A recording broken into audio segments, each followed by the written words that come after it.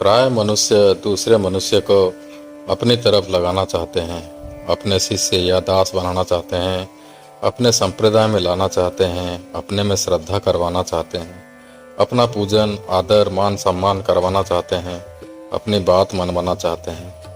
परंतु भगवान सर्वोपरि होते हुए भी किसी को अपने अधीन नहीं बनाते। प्रत्युत जो जहाँ श्रद्धा रखता है उसकी श्रद्धा को वहीं दृढ़ कर देते हैं। यही भगवान की कितनी उदारता है, निष्पक्षता है। भगवान की दृष्टि में सब कुछ उन्हीं का स्वरूप है, इसलिए भगवान में किसी के प्रति किंचित मात्र भी पक्षपात नहीं है। परंतु भगवान का ये पक्षपात रहित स्वभाव सहज ही में समझ में नहीं आता, प्रत्युत गहरा विचार करने से ही समझ में आता है। जय श्री कृष्ण दोस्तों, मैं सूरज आप सभी व्यूअर्स को मेरे YouTube channel science of souls में स्वागत करता हूं। आज की वीडियो में हम जानेंगे कि श्री भगवान दूसरे देवताओं की तरफ हमारी श्रद्धा को क्यों बढ़ा देते हैं। श्री भगवान ने इसके बारे में 7वें अध्याय के 21 नंबर श्लोक में आलोचना की है। तो चलिए दोस्तों, हम लोग श्लोक के भावार्थ को समझते हैं। पहले हम लोग श्लोक को पठन करते हैं। जो जो जांग जांग तनुं भक्तः श्रद्धया अर्चितुम् इच्छति तस्य तस्य अचलां श्रद्धां तामेव विदधामि अहम्। अर्थ, जो भक्त जिस देवता का श्रद्धा पूर्वक पूजन करना चाहता है उस देवता में ही मैं उसी श्रद्धा को दृढ़ कर देता हूँ। व्याख्या, जो मनुष्य जिस देवता का भक्त होकर श्रद्धा पूर्वक जजन पूजन करना चाहता है उस मनुष्य की श्रद्धा उस देवता के प्रति मैं अचल या दृढ़ कर देता हूँ। वे दूसरों में ना लगकर मेरे में ही लग जाएं, ऐसा मैं नहीं करता। यद्यपि उन देवताओं में लगने से कामना के कारण उनका कल्याण नहीं होता, फिर भी मैं उनको उनमें लगा देता हूँ। तो जो मेरे में श्रद्धा प्रेम रखता है, अपना कल्याण करना चाहता है, उनकी श्रद्धा में अपने के प्रति दृढ़ कैसे नहीं करूँगा, अर्थात अवश्य करूँगा, कारण कि मैं प्राणी मात्र का सुहृद हूँ। इस पर यह शंका होती है कि आप सबकी श्रद्धा अपने में ही दृढ़ क्यों नहीं करते। इस पर भगवान मानो ये कहते हैं कि अगर मैं सबकी श्रद्धा को अपने प्रति दृढ़ करूँगा तो मनुष्य जन्म की स्वतंत्रता सार्थकता ही कहाँ रहा, तथा मेरी स्वार्थपरकता का त्याग कहाँ हुआ। अगर लोगों को अपने में ही लगाने का मेरा आग्रह है तो ये कोई बड़ी बात नहीं, क्योंकि ऐसा बर्ताव तो दुनिया के सभी स्वार्थी जीवों का स्वाभाविक होता है। अतः मैं इस स्वार्थपरता को मिटाकर ऐसा स्वभाव सिखाना चाहता हूँ कि कोई भी मनुष्य पक्षपात करके दूसरों से केवल अपनी पूजा प्रतिष्ठा करवाने में ही ना लगा रहे और किसी को पराधीन ना बनाए।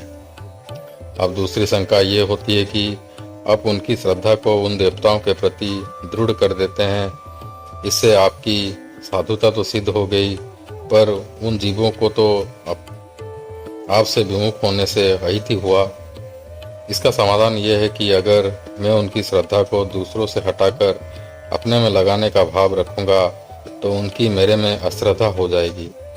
परंतु अगर मैं अपने में लगाने का भाव नहीं रखूंगा और उनको स्वतंत्रता दूंगा तो उस स्वतंत्रता को पाने वालों में जो बुद्धिमान होंगे वह मेरे इस बर्ताव को देखकर मेरी तरफ ही आकृष्ट होंगे। अतः उनके उद्धार का यही तरीका बढ़िया है। अब तीसरा शंका ये होता है कि जब आप स्वयं उनकी श्रद्धा को दूसरों में दृढ़ कर देते हैं तो फिर उस श्रद्धा को कोई मिटा ही नहीं सकता, फिर तो उसका पतन ही होता चला जाएगा। इसका समाधान ये है कि मैं उनकी श्रद्धा को देवताओं के प्रति दृढ़ करता हूँ, दूसरों के प्रति नहीं। ऐसी बात नहीं है। मैं तो उनकी इच्छा के अनुसार ही उनकी श्रद्धा को दृढ़ करता हूँ और अपनी इच्छा को बदलने में मनुष्य स्वतंत्र है, योग्य है। इच्छा को बदलने में परवश निर्बल और अयोग्य नहीं है। अगर इच्छा को बदलने में परवश होते तो फिर मनुष्य जीवन की महिमा ही कहाँ रहती, और इच्छा कामना का त्याग करने का आज्ञा भी मैं कैसे दे सकता था। दूसरों को अपना दास वही बनाता है जिसमें कोई कमी हो। भगवान में कोई कमी नहीं है, इसीलिए वह अपने तरफ से किसी को अपना दास कैसे बना सकते हैं। परंतु कोई उनका दास बनना चाहे तो वो मना नहीं करते और दयापूर्वक उसको दास स्वीकार कर लेते हैं। ये उनका विशेष उदारता है। जैसे छोटे से बालक को देखकर कोई व्यक्ति रिझ जाता है, तो इसका अर्थ नहीं है कि उस बालक से उसको कोई स्वार्थ भाव है। ऐसे ही जो भगवान का दास बनता है, उसके सरल स्वभाव से भगवान रिझ जाते हैं। गीता के 18वें अध्याय में जब भगवान के द्वारा यथेच्छसी तथा कुरु सुनकर अर्जुन घबरा गए, तब भगवान दया परवश होकर अर्जुन से बोले कि तू मेरी शरण में आ जा, मामेकम शरणम ब्रज। परंतु ऐसा कहने से पहले भगवान ने कहा कि ये सबसे अत्यंत गोपनीय बात है, और बाद में ये कहा कि इसे हर किसी को मत कहना। इससे सिद्ध होता है कि दूसरों को अपना दास बनाने की नीयत ना होने पर भी अगर कोई दूसरा सहारा ना मिलने पर मनुष्य घबरा जाए और उनका दास बनना चाहे तो भगवान दया परवश होकर उसको स्वीकार कर लेते हैं। तात्पर्य ये हुआ कि जो किसी देवता पर श्रद्धा रखता है, उसकी श्रद्धा को भगवान उस देवता में दृढ़ कर देते हैं, और जो भगवान पर श्रद्धा रखता है, उसकी श्रद्धा को भगवान अपने में दृढ़ कर देते हैं। इनमें संदेह ही क्या है, कारण कि भगवान की दृष्टि भक्त के हित के लिए होता है, अपने स्वार्थ के लिए नहीं। तो दोस्तों, आज के लिए इतना ही। वीडियो अच्छा लगे तो लाइक, कमेंट और सब्सक्राइब कर दीजिए।